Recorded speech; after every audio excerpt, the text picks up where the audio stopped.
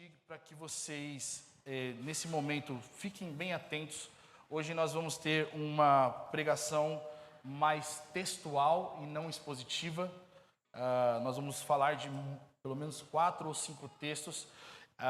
E a mensagem de hoje seria o encerramento da nossa série de Quem é o Dinheiro. Nós começamos no final de março, uma série voltada para finanças segundo as Escrituras. O que Deus fala por meio da palavra de Deus sobre dinheiro para nós? Quais são as instruções bíblicas, a teologia bíblica do dinheiro e o que nós devemos nos atentar de como nós lidamos com o dinheiro nesses dias. Nós tivemos 2 episódios que nós falamos sobre isso, aí depois nós tivemos uma pregação sobre comunhão. Domingo passado foi Páscoa e hoje nós vamos encerrar essa série falando sobre de quem é o dinheiro. E hoje eu queria falar sobre generosidade e apostasia.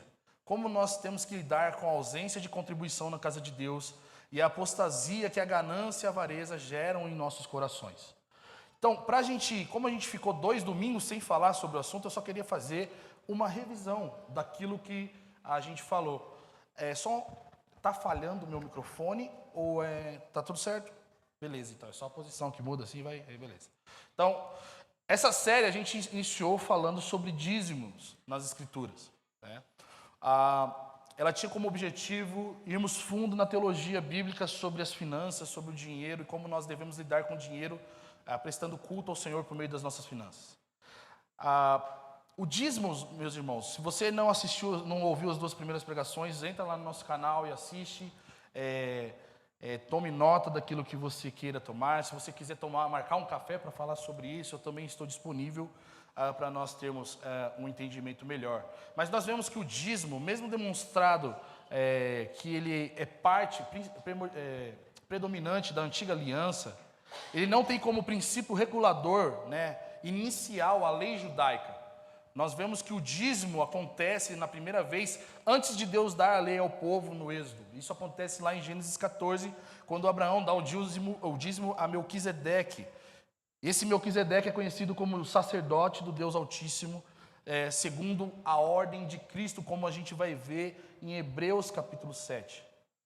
Isso mostra para nós, meus amigos, que dar dízimo, contribuir na casa de Deus, é um ato de devoção e voluntariedade. Porque Abraão, ele agiu com esse coração, um coração voluntário, porque Melquisedeque não foi até ele falar, cadê o meu dízimo? E também generoso e de devoção ao Senhor, porque ele reconhecia que a vitória que ele tinha conquistado, aqueles despojos daquela guerra de vários reis ali, tinha sido somente a mão do Senhor agindo sobre ele, sobre sua casa, para fazê-lo vitorioso e ganhar tantos recursos. Então Abraão, ele dá esse dízimo, e nós falamos isso na primeira semana. O dízimo como uma atitude de devoção e voluntariedade para com Deus e com a sua casa. Na segunda semana, nós falamos sobre o uso do dízimo na casa de Deus, o uso do recurso que vem até a casa de Deus. E nós falamos com base já em Levíticos capítulo 27 e Números 18, onde nós vemos Deus, por meio de Moisés, legislar o povo, estabelecendo o dízimo e a utilização do dízimo para suster o sacerdócio e o culto a Deus. O sacerdócio era digno de usufruir das contribuições do dízimo, pois a herança deles era o Senhor. Os levitas, eles não tinham terras, e tudo que era dado dentro do tabernáculo e posteriormente no templo era do Senhor, e o Senhor estava compartilhando com os sacerdotes e com a tribo de Levi, que fazia parte da estrutura, da manutenção e estrutura do culto a Deus. No Novo Testamento, nós vemos as Escrituras afirmar com todas as letras a necessidade de suster seus ministros. E esse sustento engloba a família e o próprio ministro, conforme nós lemos e expusemos em 1 Coríntios capítulo 9, nessa segunda semana. Existe uma honra a ser dada ao presbítero que serve com zelo e excelência, e o ministério da palavra sendo exercido por essa pessoa que governa a igreja, sendo digno de até mesmo honorários dobrados, como vai falar lá em 1 Timóteo. Mas me oferece o perdão. É isso aí. Sendo assim, a comunidade de fé é responsável pelo sustento do culto a Deus. O que isso quer dizer para nós? A igreja, o povo de Deus, tem um compromisso com Deus de sustentar a própria comunidade de fé. E aqui é muito importante, meus irmãos, que os ministros do Evangelho também comam do Evangelho, como Paulo vai dizer em 1 Coríntios capítulo 9. Desde o Antigo Testamento até o Novo Testamento, não existe margem para o povo de Deus ser negligente com o sustento da casa de Deus. Toda a comunidade cristã, toda a comunidade do povo de Deus, deve ser sustentada pelos membros que têm um compromisso com Deus em suster a sua casa. Aqui entra um ponto muito importante também que eu falei na primeira semana, e é bom nós revisarmos, porque nós falamos isso na segunda semana, porque essa série tem como objetivo lembrar a nós que Deus é dono de todas as coisas. Do Senhor é a prata e o ouro, do Senhor vem todos os nossos sustentos, do Senhor vem todos os nossos recursos. Não existe nada, absolutamente nada que nós venhamos ter ou não ter que não pertence ao Senhor. Tudo que nós temos foi provido pela mão do Senhor. É Ele que concede riquezas ou não para nós, é Ele que abre as portas ou não abre, segundo a sua boa vontade, conforme o seu desígnio. A segunda coisa que nós aprendemos é que Deus está comprometido em suprir toda a necessidade do seu povo. O Senhor é o sustentador do povo de Deus. Deus sabe o que nós precisamos e o que nós não precisamos. E o que nós precisamos, Ele dá um jeito de nos dar. E o que nós não precisamos, nós nunca teremos. É isso que nós aprendemos com as Escrituras. Deus cuida de todas as criaturas que Ele criou. Ele cuida dos pássaros, Ele cuida das plantas, Ele cuida de tudo. Por que Ele não cuidará de nós? Essa é a pergunta que Jesus faz no Sermão do Monte para nós. E isso faz com que nós venhamos crer no Senhor e entender que nossos recursos não são nossos. Os nossos recursos vieram de Deus e precisam glorificar a Deus. A terceira coisa que nós aprendemos com as Escrituras, e nós focamos nessa série, é lembrar que Deus é contra a ganância e contra a avareza, mas Ele promove e ordena que o povo dele seja generoso.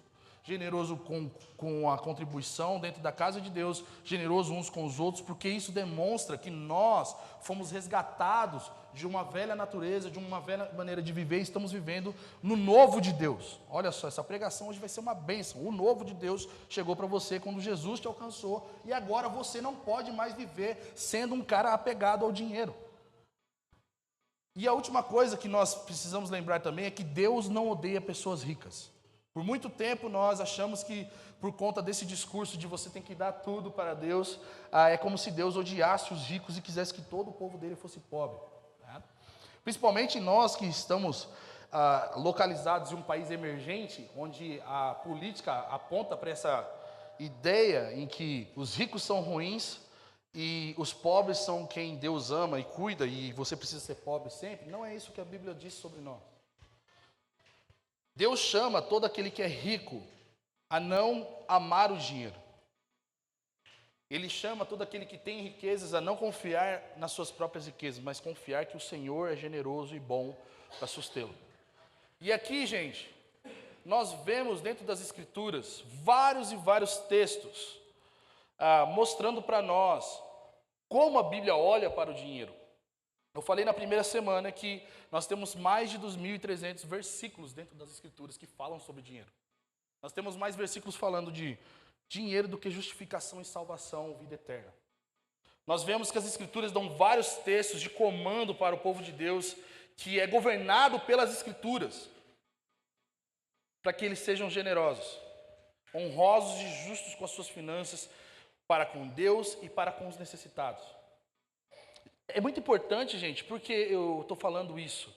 O que está nos guiando nessa série não são os sentimentos, as necessidades, ou até mesmo a economia global. O que está guiando o povo de Deus em relação ao dinheiro sempre será a palavra de Deus. E a palavra de Deus diz em Provérbios capítulo 3, versículo 9: honra o Senhor com seus bens e com as primícias de toda a sua renda, e se encherão fartamente os seus celeiros e transbordarão de vinho os seus lagares. É isso que as Escrituras dizem sobre nós e para nós. Isso não é um conselho, é um comando das Escrituras. As Escrituras governam o povo de Deus. O que nós, como povo de Deus, devemos fazer? Honrar o Senhor com os nossos recursos. Outro texto vai falar em Provérbios 11, 24. O que distribui com generosidade enriquece. O outro, que retém mais do que é justo, empobrece. Existe uma necessidade nossa, como povo de Deus, de entender que generosidade, contribuição, não é algo que deve ser movido por apelos ou por, tá vendo, ele é tão necessitado, vou dar a ele. É uma questão de honra e obediência ao Senhor. Existem outros textos também que vão apontar para a gente que Deus é o protetor das nossas necessidades. Ele é o provedor daquilo que nós precisamos. Ele garante por meio da sua palavra que Ele vai cuidar de nós. Provérbios 28, 20 vai dizer: o homem fiel será cumulado de bênçãos, mas o que se apressa em enriquecer não passará sem castigo. Ou seja, quem está andando em fidelidade ao Senhor sempre receberá do Senhor recurso para viver conforme a sua boa vontade e com seu conforto. Mas aquele que se apressa em enriquecer, Deus reprova. Filipenses capítulo 4, versículo 19, para a gente não ficar só no Antigo Testamento, para dizer que a gente se tornou judaizante, diz assim: o meu Deus, segundo a sua riqueza em glória, há de suprir. Paulo está falando que Deus iria suprir em Cristo Jesus cada uma de vossas necessidades. E aqui Paulo está falando justamente sobre recursos financeiros. As Escrituras também vão dar vários textos que Deus reprova o amor ao dinheiro, que gera avareza e ganância. E é por isso que em Hebreus capítulo 13, versículo 15 vai dizer: seja a vossa vida sem avareza, contentai-vos com as coisas que tendes, porque Ele tem dito: de maneira alguma te deixarei, nunca, jamais te abandonarei. Essa é a certeza que nós, como filhos de Deus, devemos ter, de que Deus é o protetor das nossas finanças. Deus é aquele que nos dá os recursos que nós precisamos. E por isso nós não precisamos ficar presos àquilo que nós temos, porque Deus jamais nos abandona em nossas misérias. Ele não nos abandonou em nosso pecado, porque talvez Ele deixaria a gente morrer de fome. É basicamente essa a balança. 1 Timóteo capítulo 6, versículo 10 vai dizer: porque o amor do dinheiro é a raiz de todos os males, e alguns nessa cobiça se desviaram da fé e a si mesmos se atormentaram com muitas dores. Esse texto é muito profundo, porque ele está falando que quanto mais nós amamos o dinheiro, nós estamos nos afastando de Deus. De que o amor ao dinheiro, o apego aos recursos financeiros, é sinal de apostasia e frieza espiritual. Eclesiastes capítulo 5, versículo 10 vai dizer que quem ama o dinheiro jamais dele se farta. E quem ama a abundância nunca se farta da renda. Eclesiastes está mostrando para a gente que quem está se deleitando ou deixando de viver o deleite no Senhor porque tem dinheiro ou está faltando dinheiro, é uma pessoa vazia. É uma pessoa que não entendeu a realidade do Evangelho. E o povo de Deus, Jesus no Sermão do Monte vai dizer para nós que nós não podemos servir a Deus ou ao dinheiro. Em Mateus capítulo 6, versículo 24, vai apresentar essa primeira afirmação de Jesus dizendo que vocês não podem servir a Deus ou a mamão ou o dinheiro. Esse texto nos mostra que Jesus nos indica que existe uma tendência no coração humano em considerar que as nossas vidas podem ser ou ter o que o dinheiro pode nos dar. E isso faz com que a gente ignore o fato de que a nossa realidade consiste de que Deus é quem nos dá todas as bênçãos e não o dinheiro. Em todos esses textos, meus irmãos, que eu acabei de ler agora, citando para vocês a forma como a Bíblia pensa sobre dinheiro, não existe subjetividade ou linguagem simbólica aqui. Quando fala sobre riqueza, recurso, não está falando sobre grãos da terra, está falando justamente sobre riquezas. A Bíblia é muito direta a respeito desse assunto.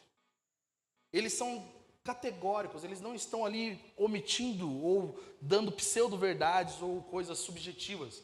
A Bíblia está falando contra o dinheiro, mas não somente contra o dinheiro, mas contra o coração ganancioso, está nos indicando o coração correto a respeito de generosidade. E nós precisamos lembrar que com o dinheiro, nós somos fortemente resistentes. E nós somos tendenciosos a tratá-lo até mesmo de maneira racional, porque o emocional é um problema. Ou quando nós tratamos o dinheiro de maneira emocional, nós temos problemas, porque quando nós temos emoções instáveis, nós podemos fazer um mau uso do dinheiro. Nós compramos o que nós não podemos, ou compramos aquilo que não precisamos, ficamos sem dinheiro e ficamos: Deus, por que você me abandonou em minha miséria? Deus supriu você não olhou para aquilo que Deus supriu, você foi ganancioso, você foi zoiudo, né? E aí você fez o mau uso daquilo que Deus confiou a você e a mim. E nós ficamos nesse lugar. Poxa, eu preciso de dinheiro, eu preciso de dinheiro. O dinheiro que eu tenho não é satisfatório para mim, porque nosso coração está no lugar errado. Em outro ponto também, nós temos a necessidade de olhar para o dinheiro somente como número. Com racionalidade, olhando assim, se eu tenho, eu faço. Se eu não tenho, não faço e acabou. Isso nos guarda de muitos problemas, né? É aquele velho ditado do Julius, né? Se você não compra, você não tem, né, por que se preocupar com o gasto, né? Então, existe uma maneira de olhar para o dinheiro que é essa maneira racional, só que o cristão, o povo de Deus, não está sendo chamado para olhar para o dinheiro nem com emoção e nem com racionalidade. Ele está sendo chamado a olhar para o dinheiro com temor do Senhor. Nós não estamos nem de um lado em que nós gastamos de maneira conturbada, ou não gastamos porque estamos com medo do dia de amanhã, e nem estamos olhando só pela ideia dos números, o que tem e o que não tem. Nós somos convocados por Deus a olhar para o dinheiro de maneira em que o Senhor seja honrado e demonstre o temor do Senhor. Muitas vezes o raciocínio que nós usamos para calcular aquilo que temos nos limita, ou abre muitas portas. Mas nós temos que reconhecer que, limitando ou abrindo portas, o nosso olhar não deve ser somente racional. Mas sim, Senhor, é isso que o Senhor me deu, e isso que o Senhor me deu é para isso ou é para outra coisa? É apresentar justamente o nosso olerite, a nossa conta salarial, o nosso extrato bancário e falar, Deus, o que eu faço com isso? Porque se for pela minha ordem emocional, eu faço besteira. E se for pela minha outra ordem, eu também faço besteira. O Senhor tem uma maneira de lidar com isso. Me ensine, Senhor. As Escrituras estão aí para isso. Agora, olhando para esse panorama que eu trouxe para vocês, nós temos um problema. A negligência com o dinheiro dado a Deus como sinal de apostasia. E nós falamos sobre negligência, meus irmãos, porque muitos de nós não estamos dando, não é porque nós não temos, é porque nós gastamos de maneira errada. E isso é negligência. Ou nós não estamos dando porque nós queremos o nosso conforto e não a honra e a glória de Deus. E esse problema é um problema padrão de todo ser humano e é denunciado nas Escrituras. Em toda a Escritura bíblica, em todo o tempo, o povo de Deus é tentado a ser negligente com o que Deus dava para ele de recursos financeiros. Deus sempre lembra o seu povo de que Ele é o Senhor que tirou eles da terra do Egito. E o que isso significa? Eles saíram da terra do Egito e foram para uma outra terra que Deus havia dado a eles, e não que eles tinham conquistado pelos seus próprios esforços. Em Deuteronômio 8, no versículo 17 e 18, Deus lembra o povo de que eles jamais poderiam achar que as riquezas e conquistas que eles tinham, que eles estavam recebendo, vinham do próprio braço. Mas sempre cultivando um coração de generosidade e gratidão, porque o que eles tinha vindo de um Deus que era generoso. Basicamente, Deus sempre quis que o seu povo, seja no Antigo Testamento e seja a sua igreja hoje, confiasse nele no que diz respeito às finanças. Deus quer, meu irmão, que eu e você venhamos confiar no Senhor em relação aos nossos recursos. Deus não quer que você ache que você vai prover mais porque você está fazendo mais hora extra e se esquecendo do Senhor. Até porque a força e a diligência em você fazer hora extra vem do Senhor. Essa confiança, meus irmãos, que o povo de Deus devia ter e é pedido do Senhor, é ordenado do Senhor, ela era demonstrada em generosidade e zelo pela contribuição que mantinha a casa de Deus e o seu culto. Deus, aqui é muito importante a gente deixar isso muito claro, Deus não precisa do seu dinheiro. Deus não precisa da sua ajuda financeira para que o plano dele seja executado na terra. E Deus também não precisa de nenhuma estrutura para o seu culto. Por isso que nós vamos entregar o prédio. Mentira, não vamos, tá? Fique tranquilo, tá? Deus não precisa que tenhamos som, Deus não precisa que tenhamos ar-condicionado, nós não precisamos, mas Deus requer de nós que por meio dos nossos recursos, o nosso coração seja aprovado em fidelidade. Porque todas as vezes que eu e você colocamos em xeque, dar ou não dar, eis a questão. Ser generoso ou não ser generoso.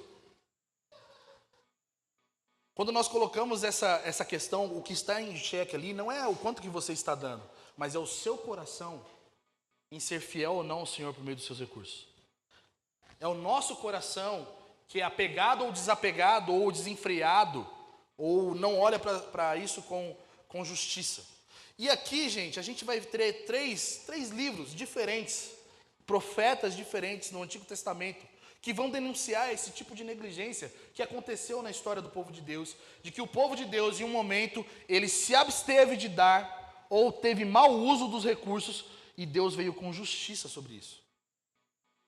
3 profetas, Ageu, Malaquias e Joel, tempos distintos, um pré-exílio possivelmente, outro logo quando o povo chegou à terra que era deles pós-exílio, e um outro depois de quase 200 anos, quando o povo já estava estabelecido, estava tudo ok. Se você vê que existe um padrão de problema acontecendo no que diz respeito à negligência, e posso te dizer para você, isso não aparou com o povo do Antigo Testamento ou com a morte de Cristo na cruz. Os nossos corações estão constantemente lutando para se manter fiel ao Senhor, porque é mais fácil nós sermos negligentes com as finanças no que diz respeito à casa de Deus, ao compromisso que nós temos com Deus, o que demonstra que esse coração está confiando nas finanças e não no Senhor.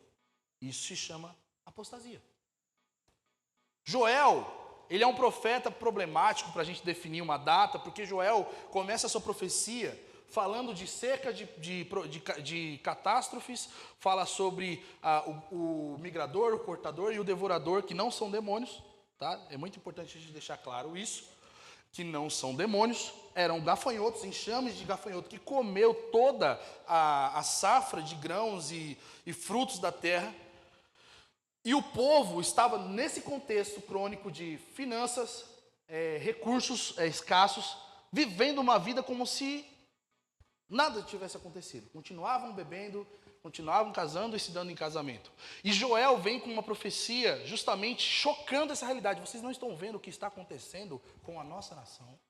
Vocês não estão vendo o que está acontecendo com o nosso contexto econômico, social? E isso é prova da nossa infidelidade ao Senhor. E Joel vai dizer no capítulo 1, versículo 9, as ofertas de cereais e a oferta de libação foram eliminadas do templo do Senhor. Os sacerdotes e ministros do Senhor estão de luto. O que Joel estava dizendo é que o culto a Deus tinha parado, gente. E o culto foi parado não porque aconteceu a morte de um sumo sacerdote ou coisa do tipo. É porque o povo não estava levando mais suas ofertas e seus dízimos para a casa do Senhor. Mas tinha um problema social. Mas Deus estava chamando esse povo ao arrependimento, porque importa que Deus seja agradado e não os homens nos seus próprios na sua própria autossatisfação. O povo já tinha se afastado de Deus, e Deus ele envia as pragas para que o povo se retornasse para o seu Senhor. Porque o povo estava acomodado, porque a terra manava leite e mel, a terra tinha bons frutos, a terra era segura.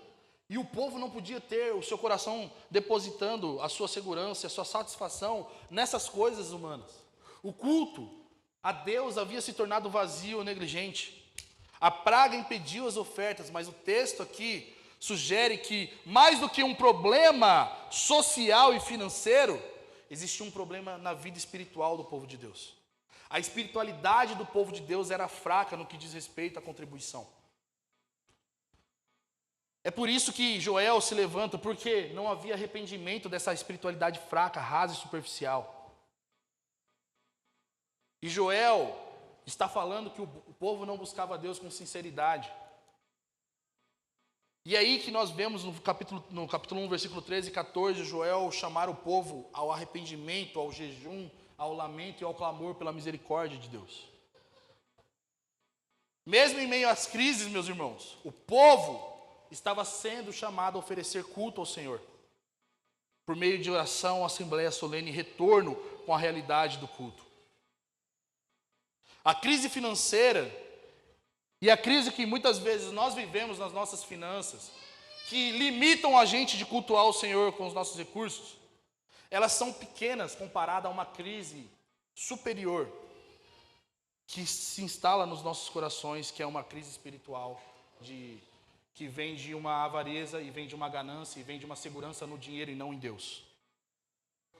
Só que essa crise que nós temos espiritual e a crise financeira que é muitas vezes vista, não é tão grande assim, comparada a uma outra crise que viria sobre o povo de Deus e que Joel está tratando, que é o quê? O dia do julgamento de Deus. O dia em que Deus vai olhar para nós e vai exterminar os ímpios, aqueles que não depositam a confiança nele, aqueles que não estão no seu santo monte. Joel aqui, gente, nos mostra que o prover de Deus é para o seu serviço. O cuidado que Deus tem para conosco em nos dar um bom salário, uma boa vida, é para a sua glória, é para o seu culto. Se Deus não desse para Israel, se Deus não desse para o povo recursos para que houvesse culto, o povo não teria também recursos para viver. E é isso que Joel está chocando esse povo, porque nós não somos capazes por nós mesmos de fazer isso, meus irmãos, de suprir a nossa demanda.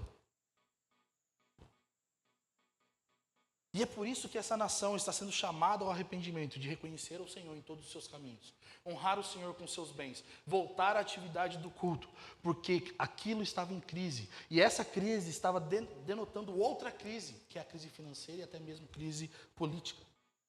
E nós vemos um outro profeta, que é o profeta Ageu, falar em outro contexto. Então nós vemos que Joel está falando isso possivelmente antes do exílio, até mesmo no momento de bonança, em que os inimigos de Deus não tinham devastado a sua terra. Mas que Deus iria trazer esse juízo, caso o povo não voltasse, se voltasse para o Senhor com generosidade e fidelidade. Ageu capítulo 1, versículo 2 até o 11, vamos ler? Eu vou lendo e vou aplicando esses textos para a gente ficar mais ali na mesma página.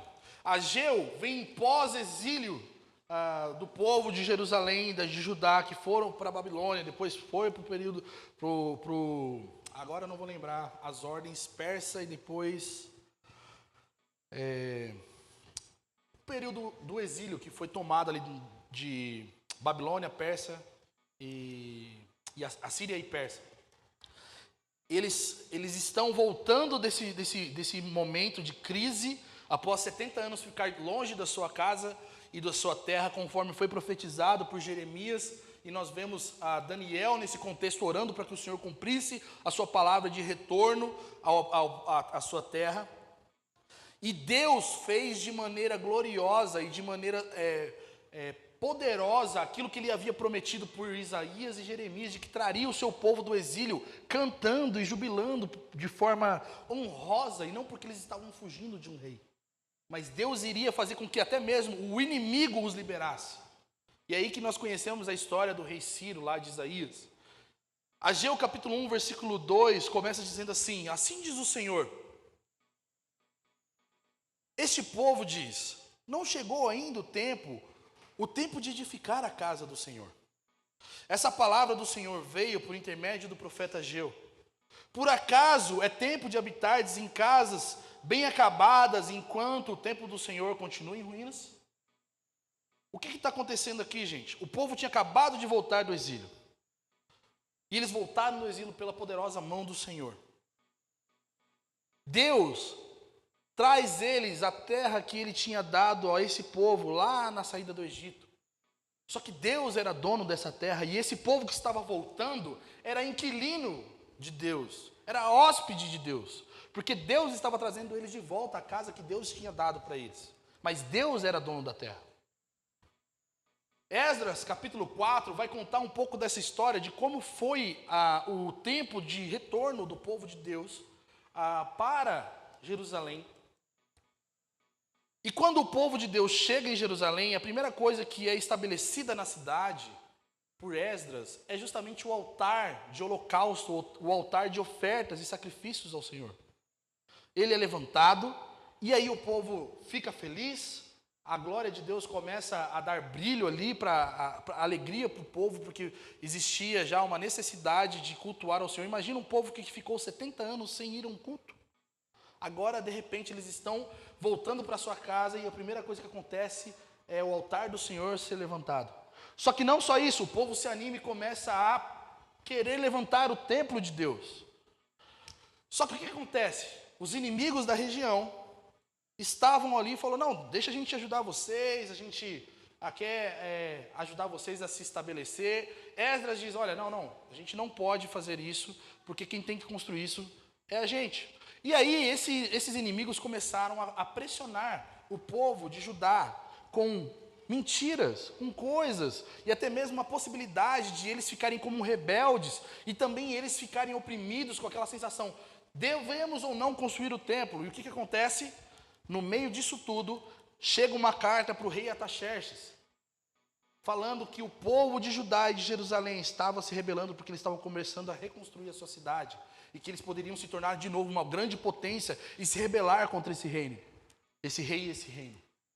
O que esse rei faz? Fala, manda parar tudo, ninguém vai reconstruir nada. E o povo, eles obedecem ao seu rei e ficam sem templo por um período muito grande.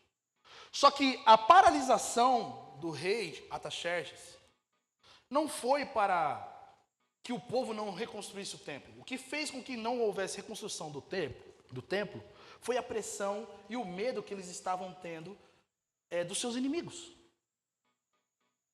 O que o rei tinha dito é para que eles não reconstruíssem a cidade, os muros, não se reconstruísse politicamente. Sabe o que acontece, meus irmãos? 16 anos se passam. O povo agora está imergido numa realidade de se preocupar consigo mesmo. Pô, a gente saiu do exílio, estamos agora em Jerusalém. Não podemos reconstruir os muros da nossa cidade, não podemos reconstruir o templo. Vamos construir pelo menos uma casa legal para a gente viver. E esse povo começa a reconstruir novamente. E aí, eles sempre chegam e falam, pô, cara, o templo de Deus está abandonado lá, olha como que está o altar ainda, não, né? Só recebemos ali, podemos só reconstruir o altar, mas não fizemos a casa de Deus. A gente precisa se mobilizar. Mas o que eles falavam entre si? Não, ainda não é tempo, a gente precisa se reestruturar primeiro, porque depois que a gente se reestruturar, a gente pensa na casa de Deus. Parece uma coisa muito similar com o que muitos de nós pensamos. Primeiro o nosso conforto, depois aquilo que a gente consegue fazer com o que sobra. O povo estava indiferente em relação à pessoa de Deus. Eles estavam acomodados com a busca pelo conforto próprio. Existe uma grande diferença nesse coração de conforto próprio que o povo que veio do exílio estava cultivando em seu coração, fazendo com que eles fossem negligentes com a casa de Deus, e o que tinha no coração de um homem há muitos anos atrás, chamado Davi, que estava num bom conforto, a sua casa de cedro, ele olha para a casa de Deus, era uma barraca. E ele fala, até quando eu ficarei no meu palácio, morando em lugares maravilhosos, com uma casa de cedro, e a casa do meu Deus é uma tenda? Nós vemos que o povo aqui estava totalmente desviado de Deus. E sabe qual que eram as desculpas? Eles fingiram que a interrupção da construção do templo era obra causada pelo poder político de Artaxerxes. Eles tinham na sua fala que não era templo, porque eles estavam preocupados em desonrar o rei, que tinha impedido eles de fazer qualquer coisa. O que eles estavam querendo dizer quando eles faziam esse tipo de atitude, meus irmãos? Eles diziam, Deus, Ele colocou dificuldade demais para a gente construir o templo. Ele não nos livrou dos nossos inimigos, Ele não nos livrou da pressão, e ainda Ele nos deixa debaixo de um rei. Não permite a gente se reconstruir. É por isso que a gente não precisa se meter agora com a realidade da construção da casa de Deus. Até porque o que foi começado na reconstrução de Jerusalém era a casa de Deus e não a casa deles. Eles usam esses argumentos políticos, sociais. E ainda diziam, ainda não é a hora. Vamos esperar um pouco mais, vamos terminar as nossas casas. É isso que Joel está denunciando dentro do coração do povo. Vocês estão morando em boas casas, enquanto o templo de Deus continua em ruínas. Vocês acham que isso é certo? E é por isso que no versículo 5 ele vai dizer assim, diz o Senhor dos Exércitos: considerai o vosso passado. Aqui, o profeta está trazendo uma mensagem de Deus para que o povo ponderasse seriamente se aquilo que eles estavam vivendo no passado estava valendo a pena para eles. E o que eles estavam vivendo no passado? Eles estavam edificando suas próprias casas. Eles estavam se abstendo do sacrifício a Deus. E o questionamento aqui é o seguinte, gente. Considera-se a sua negligência em se empenhar em construir a casa de Deus tem feito vocês mais ricos? Será que o que vocês estão poupando de dar a Deus está gerando mais recursos do que aquilo que Deus realmente pode prover para vocês? Porque ele vai continuar dizendo: semeaste muito e recolheste pouco. Comeis, mas não vos fartais. Bebeis, mas não vos saciais. Vestivos, mas ninguém se aquece. E o que recebe, o salário, recebe para colocar num saco furado. Nada estava prosperando para o povo que estava negligenciando o dever para com Deus.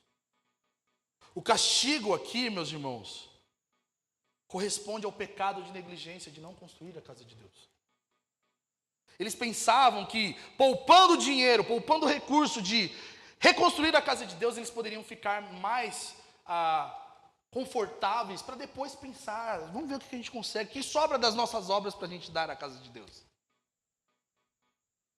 E eles pensavam que eles escapariam da pobreza, fazendo com que eles não fossem colocados em situações de vulnerabilidade e necessidade, porque não estavam construindo a casa de Deus.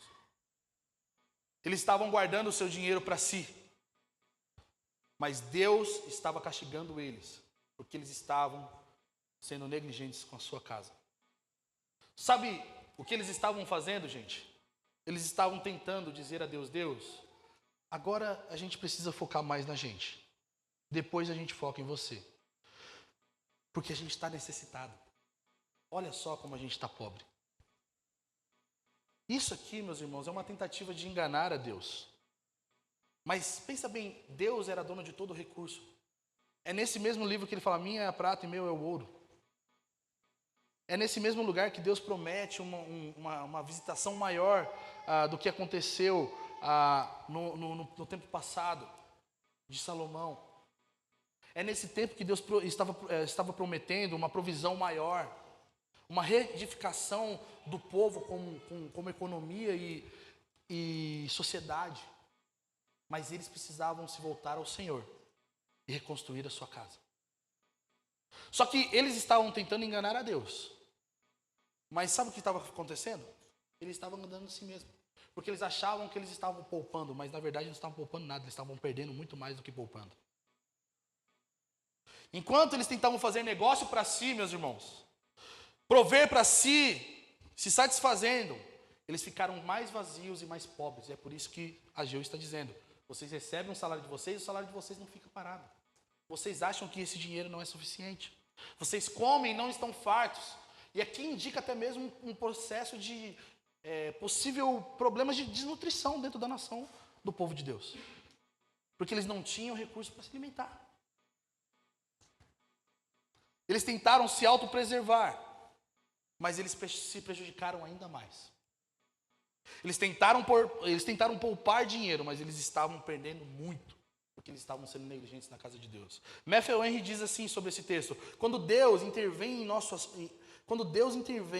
em nossos assuntos temporais e nos deparamos com problemas e decepções, que é o que tinha acontecido com o povo, nós descobriremos que a causa é que o trabalho que temos a fazer para Deus e para nossas próprias almas é deixado por fazer.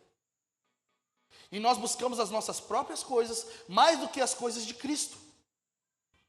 Quantos que alegam não ter condições de contribuir para propósitos piedosos ou caridosos, muitas vezes esbanjam 10 vezes mais em despesas desnecessárias com as suas casas e consigo mesmo. Mas são estranhos aos próprios interesses aqueles que estão cheios de preocupação em adornar e enriquecer suas próprias casas, enquanto o templo de Deus e os seus corações em seus corações já está em ruínas. O que ele está querendo dizer é que a nossa desgraça, a nossa miséria, está cada vez maior quando nós não honramos a Deus com o nosso coração e estamos honrando a nós mesmos. É a meritocracia invertida. É a meritocracia exacerbada em que nós achamos que nós temos que ter para nós primeiro e não para Deus. E aqui, meus irmãos, no versículo 7 ao versículo 11, Ageu vai dizer: assim diz o Senhor dos Exércitos, considerai o vosso passado, subi ao monte para trazer madeira e edificai o templo. Eu me agradarei dele e serei glorificado, diz o Senhor. Ageu está dizendo que Deus e não o povo ficaria feliz com a reconstrução da casa de Deus. Isso custaria ao povo? Sim. Isso custaria trabalho, isso custaria dinheiro? Sim. Só que Deus feliz é um povo feliz. Eu sei que muitos irmãos falam, esposa feliz, família feliz. Não, Deus feliz é um povo feliz. E é isso que Deus está ensinando para o seu povo. Deus se agradando da atitude deles, faria com que esse povo se deleitasse nesse Deus com bênçãos. Ele vai dizer, esperaste muito, porque todo esse tempo você está falando, ainda não é hora, espera, são 16 anos parado. Mas veio pouco, vocês não fizeram muita coisa. E esse pouco, quando levaste para casa, eu dissipei como um sopro. Vocês ficaram poupando durante 16 anos e vocês não enriqueceram. Será que era o PT que estava no governo? Não sei. Vai que, né? E por que o motivo, diz o Senhor dos Exércitos? Porque o meu templo está em ruínas, ao passo que cada um de vós cuida da sua própria casa. Deus vai dizer, mandei vir a seca sobre a terra, sobre as colinas, sobre o trigo, sobre o vinho, sobre o azeite, sobre tudo que a terra produz. Deus estava instalando a crise no povo de Deus.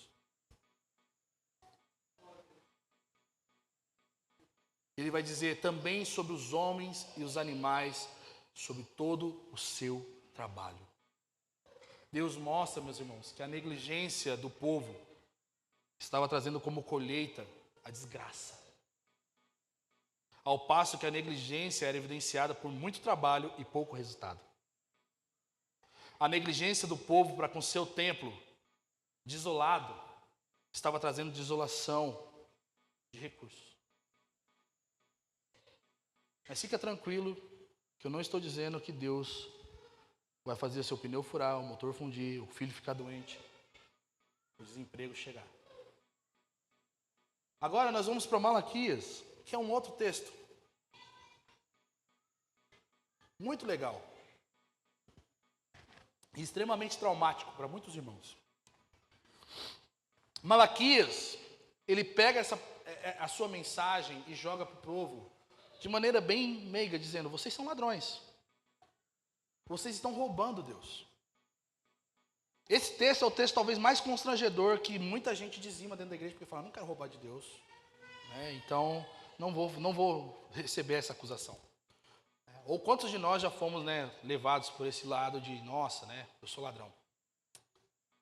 Só que aqui o texto não está querendo falar sobre nós sermos ladrões, está chamando o povo à centralidade de Deus e no seu culto. O culto a Deus será algo central em nossas vidas, a vida da comunidade de Deus, a igreja, o povo de Deus entender que Deus deve ser honrado primeiro, antes de todas as coisas. O versículo 6 e o versículo 7, em Malaquias capítulo 3, vai dizer assim, pois eu, Senhor, não mudo. Por isso, vós, ó filhos de Jacó, não sois destruídos. Olha que bênção. Esse texto não está falando que Deus vai roubar o seu dinheiro. Ele só está falando assim, vocês estão em débito comigo. Eu poderia matar vocês, mas porque eu sou um bom Deus. Porque eu não mudo. Eu não mudo a minha promessa. Vocês estão aí me roubando. Vocês estão continuando negligentes, porque eu ainda vou fazer de vocês generosos. Mas eu preciso dizer para vocês, isso não é porque eu sou bobo. Isso é porque eu não mudo. Desde os dias dos vossos pais vos enviastes os meus decretos, e não os guardastes. Voltai para mim, e eu vou me voltar para vós. Diz o Senhor dos Exércitos. Mas vocês perguntam, como devemos voltar? Deus, meus irmãos, não nos trata como nós merecemos, em decorrência da nossa avareza e da nossa ganância. Como eu falei, Deus odeia a ganância e a avareza. É pecado, Deus odeia o pecado. Deus odeia pessoas que pecam. E é por isso que o Filho dele morreu na cruz por nós. Mas Deus nos trata segundo a sua graça. Só que mesmo Deus nos tratando segundo a sua graça, existe uma constante luta do nosso coração em não reconhecer Deus como dono das nossas coisas. Isso faz com que nós nos afastemos de Deus. O afastamento de Deus aqui, meus irmãos, é nítido. Não em Malaquias. Porque Malaquias começa dizendo, eu conheço vocês, eu não mudo e não vou tratar vocês com desgraça, mas vocês estão me tratando com negligência, não é de agora. Vocês sempre estão se desviando dos meus decretos. A apostasia do povo de Deus, meus irmãos, não era uma coisa pontual, era algo sazonal. Vez ou outra o povo estava se afastando de Deus. E vez ou outra o Senhor vinha com seus profetas e exortava o seu povo. Era rotina a apostasia do povo de Deus. As coisas ficavam bem, o conforto chegou, estamos bebendo, estamos comendo, está tudo muito bem, estamos alegres. Vamos dar uma segurada esse mês, vamos fazer uma próxima viagem, vamos pegar um cruzeiro.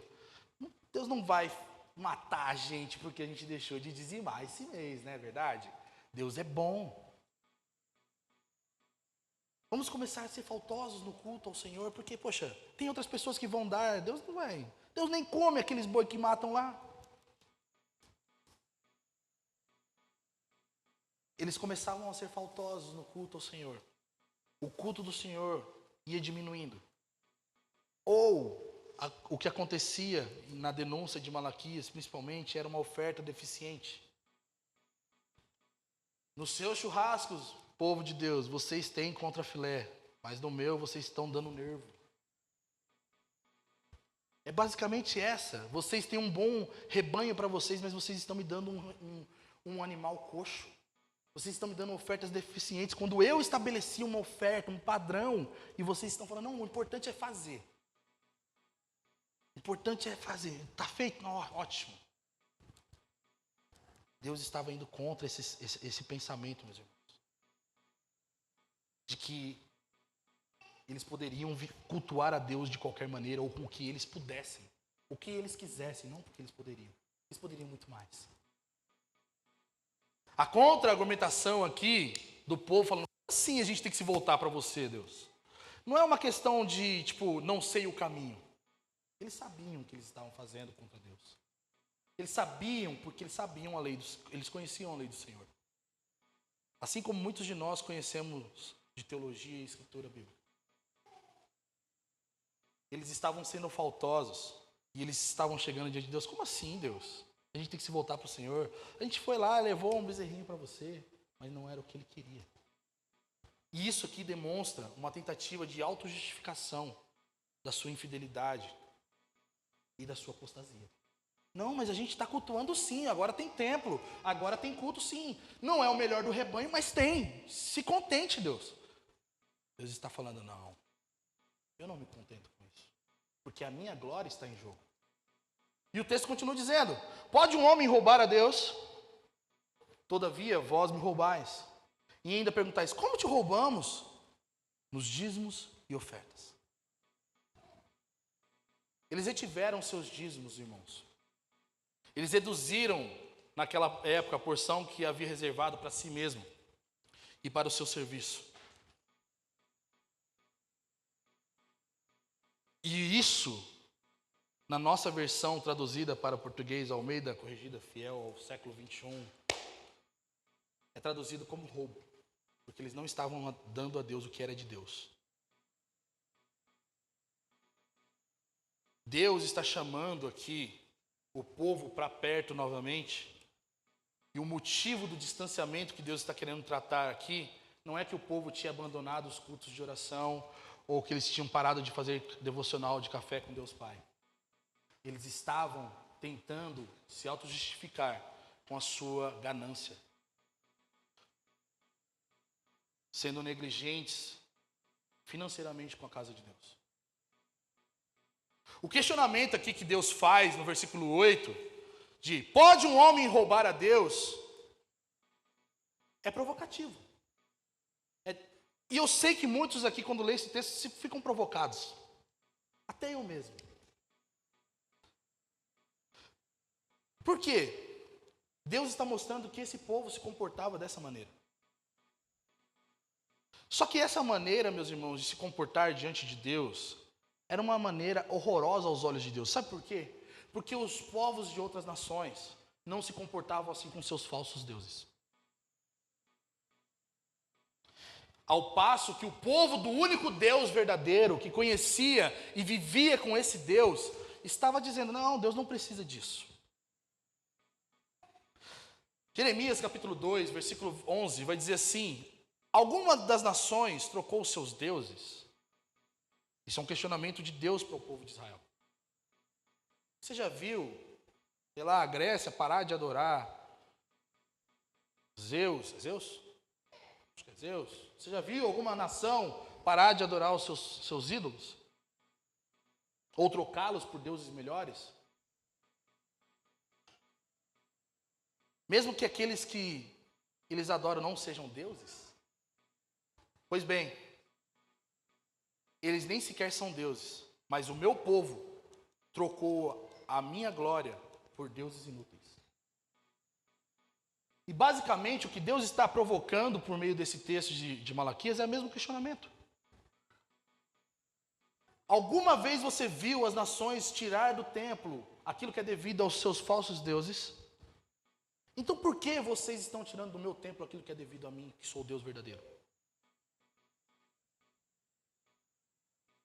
Vocês, quando fazem isso, vocês estão me envergonhando, porque vocês estão me tratando como um falso Deus. Aliás, menor que um falso Deus. Porque os falsos deuses são mais honrados do que vocês, povo meu. Os sacerdotes, eles eram sem vergonha, meus irmãos. Eles eram desavergonhados, trazendo um texto, uma palavra mais bonita, né? Porque eles não estão roubando de um grande homem.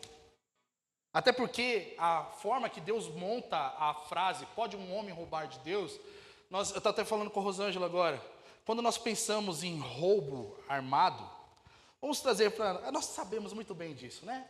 A nossa sociedade no Brasil lida com um esquema de corrupção há anos, em que isso é utilizado da máquina do governo. O governo rouba do povo e o povo não consegue se livrar desse sistema maldito que nos oprime. Mas o povo pode deixar de pagar impostos para o governo? Aliás, o povo pode chegar lá na Petrobras e roubar milhões como o sistema roubou da gente todo esse dinheiro? Deus mostra que a ordem, nesse caso, é sempre de alguém poderoso oprimindo o mais fraco. No caso de Deus aqui, Deus está falando, vocês, povo que eu criei, povo que eu gerei, estão fazendo isso comigo. Eu poderia oprimi-los, eu poderia matar vocês, mas eu não estou tratando vocês dessa forma. Mas vocês estão sendo negligentes comigo. E pior, estão sendo pior do que as outras nações com seus falsos deuses. Porque eles não provaram do favor que Israel tinha provado.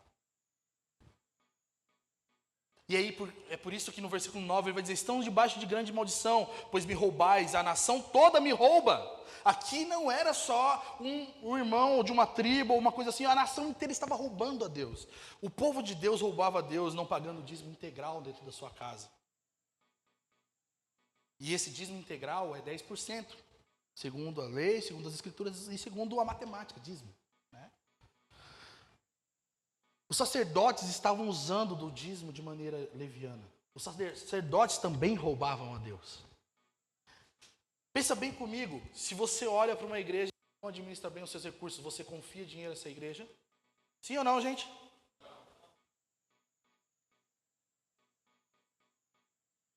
É também digno que um sacerdócio confie liderar um povo que não está confiando nesse Deus com seus recursos? Sim ou não?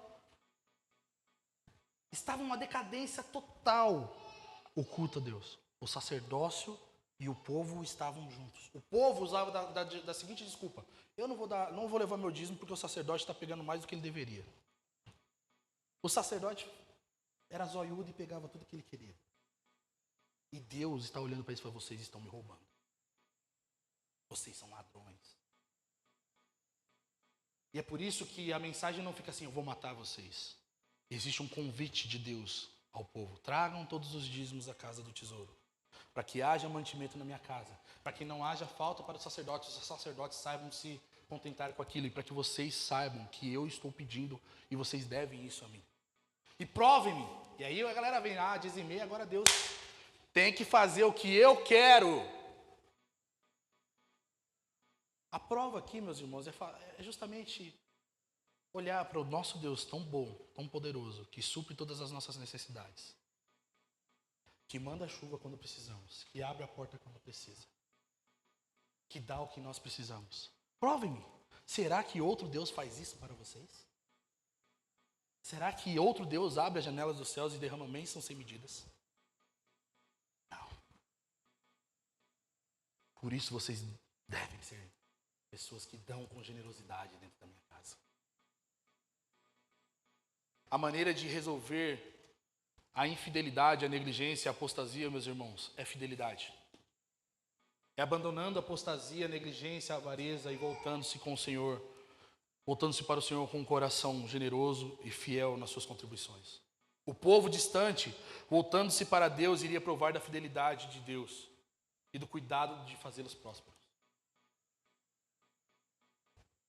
Deus iria repreender a praga devoradora. Isso significa que Deus não deixaria com que as pragas que comeram os grãos, os frutos, chegassem no povo novamente. Agora, como Deus olha para isso, meus irmãos? Como Deus olha para a nossa negligência e espera que nós lidemos com ela? Lucas capítulo 16, do versículo 1 ao 8, Jesus vai contar uma parábola. Eu já estou finalizando.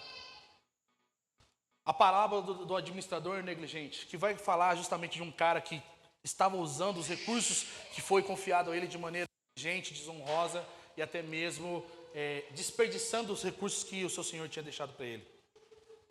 Esse servo infiel, um dia teve que prestar conta da sua infidelidade ao seu senhor. Porque esse senhor falou: traz todos os relatórios que eu quero ver o que você está fazendo, porque isso não está certo. Alguém pode pegar água para mim, por favor? Pode pegar para mim. Ele sabia que a infidelidade iria resultar em fazer com que ele não fosse mais servo desse senhor que tinha confiado recursos a ele. Então ele elabora um plano de reverter esse problema com astúcia. Ele vai lá nas pessoas que deviam coisas para esse senhor e fala: quanto que você deve? 100? Coloca 80 aí. Porque ele estava fazendo um favor de diminuir essa dívida para aqueles que estavam devendo, para que ele tivesse a oportunidade também de trabalhar com eles. É aquele network maldito, né? Me ajuda que eu te ajudo, né?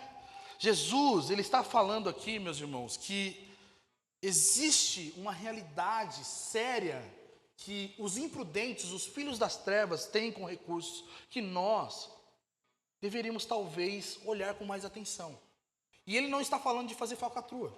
Ele está falando: existe uma predisposição daqueles que são ímpios em ir até o fim com os seus planos, em ser diligente para resolver o seu pé de meia. E nós, filhos de Deus, deveríamos ser, porque nós somos nova criatura, porque nós somos alcançados pelo reino de Deus, deveríamos ser, ao mínimo, mais prudentes que os filhos das trevas. É nosso dever, meus irmãos, sermos fiéis com as coisas que recebemos de Deus, porque aqui Jesus está dizendo, ensinando que o que nós recebemos do Senhor, que é o dono de todas as coisas, é para nós sermos bons mordomos. E um dia nós vamos prestar contas a Deus. Enquanto nós estamos administrando os bens de Deus, nós precisamos agir com sabedoria e visão de futuro, porque é isso que esse cara fez. Ele tinha um recurso, tinha dívidas para resolver, o que ele fez? Eu vou fazer um negócio com esse cara, porque o meu patrão vai me despedir, mas eu já tenho outra porta ali. Só que visão de futuro é essa que Jesus está nos ensinando? Não é segundo esse mundo. Não é segundo a ótica dos homens das trevas.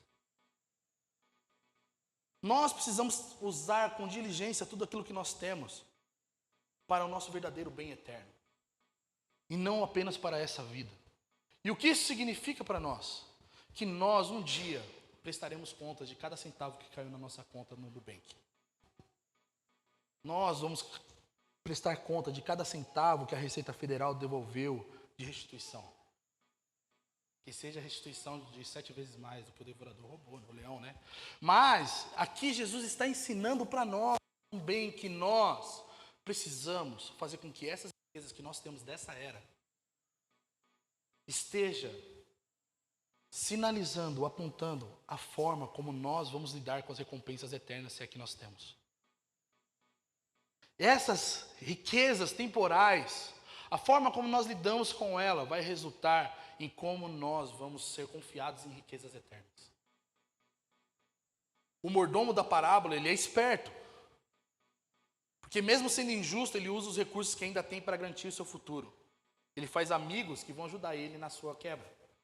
Jesus, ele não elogia essa desonestidade, mas ele vê a inteligência desse homem, a prudência dele de pensar no futuro. Só que futuro nós temos que pensar, meus irmãos? Qual é o futuro que tem ocupado as nossas preocupações e o nosso coração? É a comida de amanhã ou a vida eterna? Porque o convite de Jesus com essa parábola ele pensou nas riquezas temporais, mas nós precisamos pensar nas riquezas eternas. E é por isso que nós vemos Jesus falar que os filhos deste mundo são mais prudentes que os das trevas. Porque os filhos da luz não estão pensando mais na eternidade. E eles precisam constantemente lembrar de que eles foram chamados para um reino inabalável. Homens mundanos, na escolha do seu objetivo, são tolos, mas em sua atividade eles são perseverantes. Eles são frequentemente mais sábios do que os crentes. O administrador infiel não nos é apresentado como exemplo para enganar o seu senhor, nem para justificar qualquer tipo de desonestidade na igreja, mas para apontar um caminho cauteloso de homens mundanos. Existe um cuidado de homens mundanos com recursos que crentes não têm. Existe um cuidado de pensar no amanhã em pessoas mundanas que cristãos não têm. Mas não é nem só no amanhã, é nem na eternidade. Jesus observa que, infelizmente, os filhos do mundo são mais sagazes, espertos e determinados para ganhar coisas passageiras do que muitos cristãos são para buscar a eternidade. E aí, meus irmãos, por que isso tem a ver com dízimos e ofertas? Porque essa parábola é sobre dinheiro e é sobre fidelidade. A partir do versículo 9, Jesus começa a falar sobre riquezas injustas e riquezas eternas. E você pode ler isso com mais calma. Jesus ensina a gente que nós devemos usar não apenas riquezas para pecar ou para o nosso próprio esforço ou própria satisfação, mas para fazer amigos. Ou seja, obedecer a Deus usando bem o dinheiro, não comprando salvação, mas obedecendo a Deus com os nossos recursos. Ajudando quem necessita para ganhar quem precisa.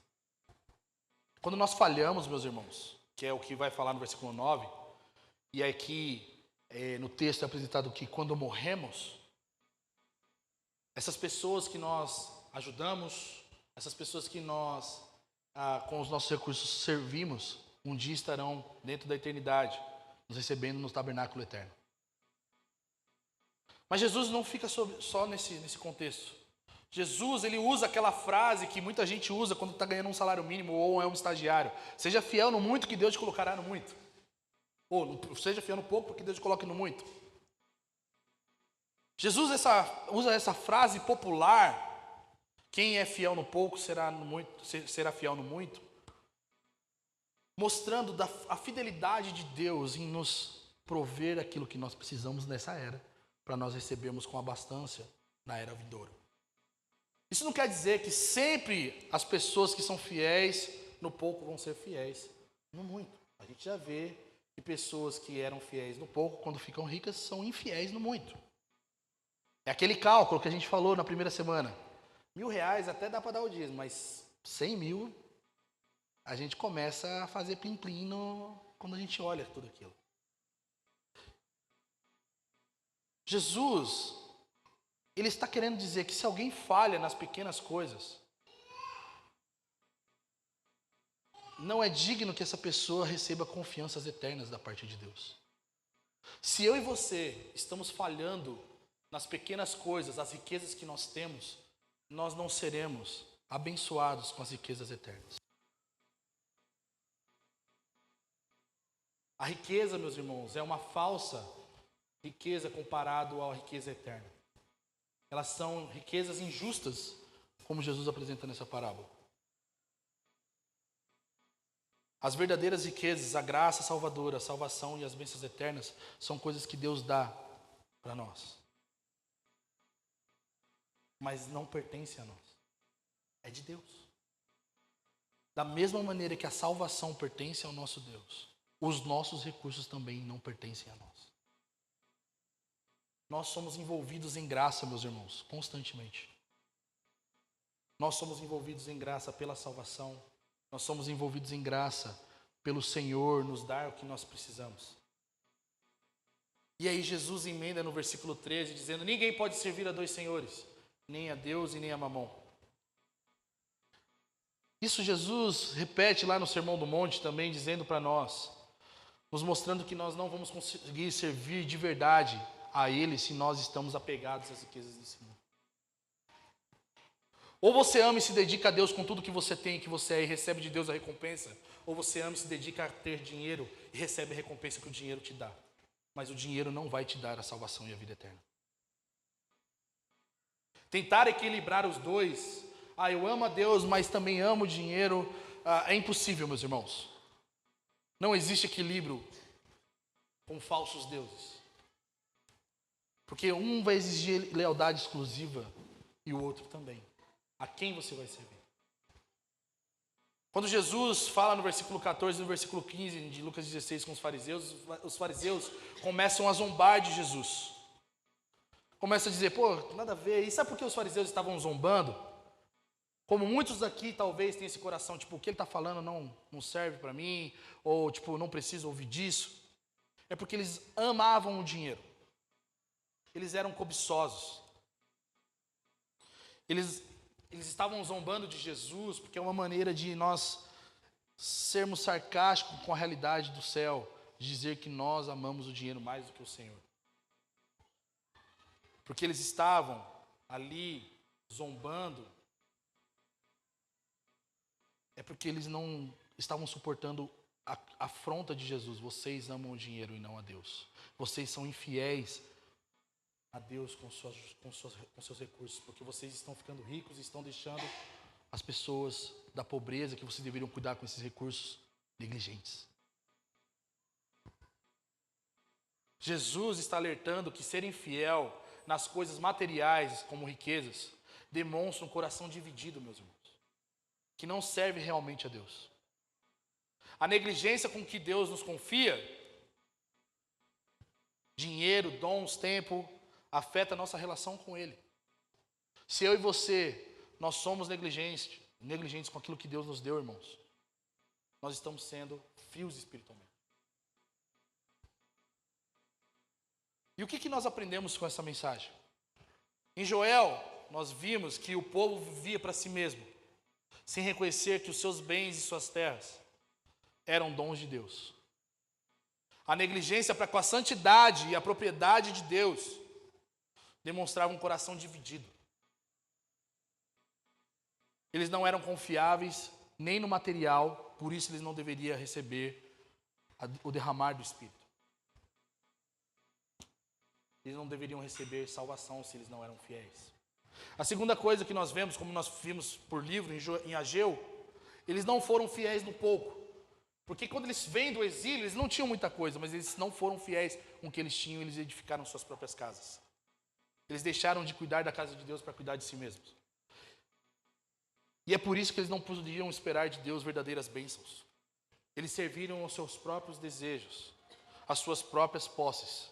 Eles estavam priorizando o seu próprio coração em vez de Deus. Em Malaquias, nós vemos que quem não é fiel na injustiça, nas riquezas injustas, não recebe a justiça, a riqueza justa, a verdadeira riqueza. O desprezo pela fidelidade material demonstra que o coração deles não era de Deus. E você e eu, talvez, ouvindo tudo isso, fala: você não pode dizer isso para mim. A Bíblia está dizendo isso para nós. Se nós somos infiéis com os nossos recursos, nós estamos dizendo que nós não somos do povo de Deus. Nós não somos parte daquilo que Deus nos chamou. E eu quero concluir e lembrar a vocês 3 coisas. A primeira delas é que quando nós somos negligentes com a contribuição dos recursos da casa de Deus, nós evidenciamos, meus irmãos, que o nosso coração ímpio ainda está vivo dentro de nós. E nós estamos mais confiantes nas coisas materiais do que no Senhor. Nós somos como aqueles que estão afastados da realidade de Deus e do seu povo. E o convite de Deus para mim e para você nessa manhã é o convite de Malaquias: voltem-se para mim, porque eu voltarei para vocês. A segunda coisa que nós aprendemos é que quando nós somos negligentes, nós buscamos falsos motivos para tentar nos enganar, com a busca pela autossatisfação e o pecado de negligenciar a casa de Deus por meio das riquezas. Nós vamos dar N motivos. Não é a hora, não sei o que deveria fazer, eu tenho dúvidas a respeito da administração. São desculpas que nós usamos para esconder o coração avarento. Ou nós achamos que nós estamos dando muito quando nós não damos aquilo que é devido a Deus, porque, poxa, R$50 é muito dinheiro. R$100 é muito dinheiro. Por que eu vou dar mais? Por que eu vou dar 10%? Eu vou dar segundo o que eu proponho no meu coração avarento, não o coração renovado pelo Espírito. Deus vê o que o homem não vê, meus irmãos. E Ele nos chama a sermos participantes das necessidades da sua casa com nossas riquezas, porque as nossas riquezas vêm dEle. As nossas desculpas de falta ou outras coisas serem causas de sobrevivência são evidências de que o nosso coração está distante de Deus. É aquela célebre questão que um pastor recebe: pastor, acabou meu gás, compro o gás ou dou o dízimo? Talvez o problema de ter acabado o gás e você não ter dinheiro para comprar o gás não é só um problema momentâneo. É um problema de um cultivar de um coração que espera das riquezas aquilo que só Deus pode dar. Antes de nós encararmos esses dilemas que a vida difícil do brasileiro assalariado enfrenta, nós precisamos ser fiéis a Deus. Porque quando nós estamos nesse dilema de pagar ou não pagar, dizimar ou não dizimar, nós já estamos sendo infiéis a Deus por nós não sermos bons mordomos daquilo que Ele nos confiou. Muitas das vezes o que nós estamos passando de recessão financeira não é porque nós estamos desprovidos do favor do Senhor. É porque nós não estamos sendo os bons mordomos. Nós estamos faltando com compromisso com a casa de Deus. E a última coisa que eu quero que vocês lembrem é que quando nós somos negligentes, somos infiéis com Deus que é fiel. Porque Deus não vai mudar o seu coração, as suas afeições e o seu caráter, porque você deixou de dar o dízimo. Isso é um consolo para muitos irmãos que talvez estão passando por dificuldades financeiras. Mas isso não pode ser uma desculpa para nós vivermos em avareza e até mesmo com ganância em nossos corações. Todavia, quando nós somos infiéis com Deus, nós não somos infiéis com aqueles que são falíveis. Nós não deixamos de pagar as contas que nós pagamos.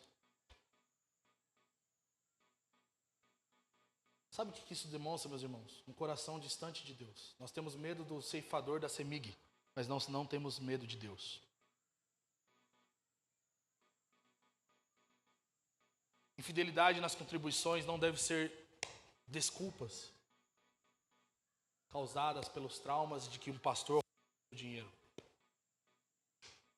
Infidelidade nas contribuições não deve ser jogado para má administração eclesiástica. E nem distorção dos textos bíblicos dizendo, isso aqui não é para mim. Porque se a Bíblia, alguma parte da Bíblia não é para o povo de Deus, nós estamos com um problema não financeiro, mas teológico. E a Bíblia, ela não é um manual, mas é autoridade sobre o povo de Deus. E ela nos ordena que nós sejamos generosos. Infidelidade, meus irmãos, deve ser encarada como apostasia. E eu sei que tem muita gente que talvez ora muito, mas é infiel nas contribuições. E meus irmãos, eu não quero que isso seja um constrangimento para você, mas Deus nos chama para nós nos voltarmos para Ele com os nossos recursos. Talvez nós devemos nos apertar, talvez nós devemos ponderar os nossos custos, talvez o que nós estamos gastando, nós gastamos demais com outras coisas e esquecemos de Deus. Só que nós fomos chamados à fidelidade ao Senhor por essa mensagem. E meu apelo como pastor nessa manhã é que você responda a Deus com fidelidade por meio das contribuições dos seus dízimos e ofertas. Porque quando você tem um dilema de dar ou não dar, ou vamos abrir mão da estrutura, porque nós somos tentados por isso, meus irmãos. Honestamente, nós sabemos que a igreja de Deus não é formada por templo. Ela não é formada por ar-condicionado, ou por luzes, ou por som. Ela é formada por um povo. Mas esse povo, a marca desse povo é a generosidade e a vontade de servir a Deus por meio de suas finanças. Se isso não está acontecendo no nosso meio, talvez a gente tenha que repensar se nós somos povo de Deus, igreja do Deus vivo ou não. Eu queria orar por vocês. Feche seus olhos.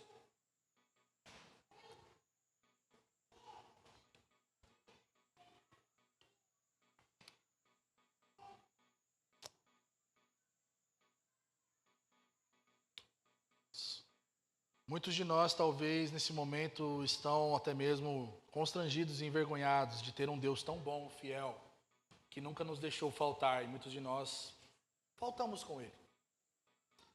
A primeira coisa que eu quero lembrar a você é que Ele não muda. Ele não nos trata segundo as nossas faltas. O que a Bíblia diz? E isso deve ser um consolo para mim e para você. A nós pedimos a Ele, Senhor, tem misericórdia de mim, me faça alguém fiel segundo a sua palavra, com generosidade. E me dá o senso de compromisso com a casa de Deus. Me dá o senso de compromisso com o Evangelho, que é por meio da sua casa que o Evangelho é pregado. Me faça entender que por meio das minhas finanças, o Senhor é conhecido também e o Senhor é glorificado, Senhor. Peça isso a Deus nesse momento. Peça sabedoria para lidar com dinheiro. Em um país que não tem como prática o ensino da educação financeira, nós somos muito defasados. Nós temos problemas severos por conta disso.